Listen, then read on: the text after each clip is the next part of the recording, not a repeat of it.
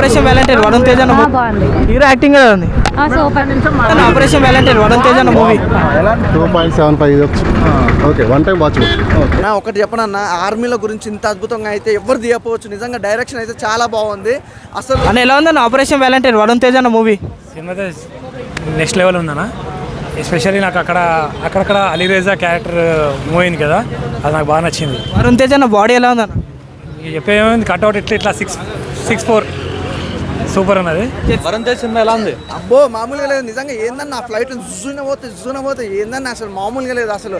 అల్టిమేటెడ్ భయ్యా నిజంగా. నాకు చూసినంతసేపు అయితే స్టార్టింగ్ నుంచి ఎండింగ్ వరకు అయితే అలా చూసుకుంటా పోయినా. ఆ బ్యాక్గ్రౌండ్ మ్యూజిక్ ఉంటా అన్న అసలు మామూలుగా ఉండదు అయ్యా నిజంగా.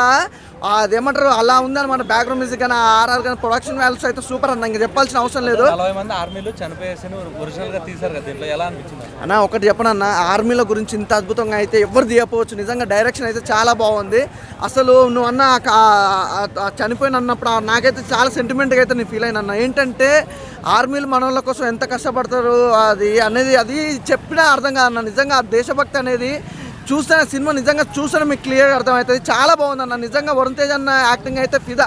అంటే మనోని క్యారెక్టర్ వైజ్గా అయితే నిజంగా చెప్తున్నా, ప్రతి సినిమా కూడా ఒక్కొక్క లెవెల్లో ఎదుగుకుంటే పోతుంది. అంటే ఒకటే కాడ కాకుండా ఇప్పుడు ఒక లవ్ స్టోరీ, ఒక కాన్సెప్ట్, అంటే కాన్సెప్ట్ వైజ్గా వెళ్తుంది. ఈ సినిమా మాత్రం అంతకు మించి ఉంది.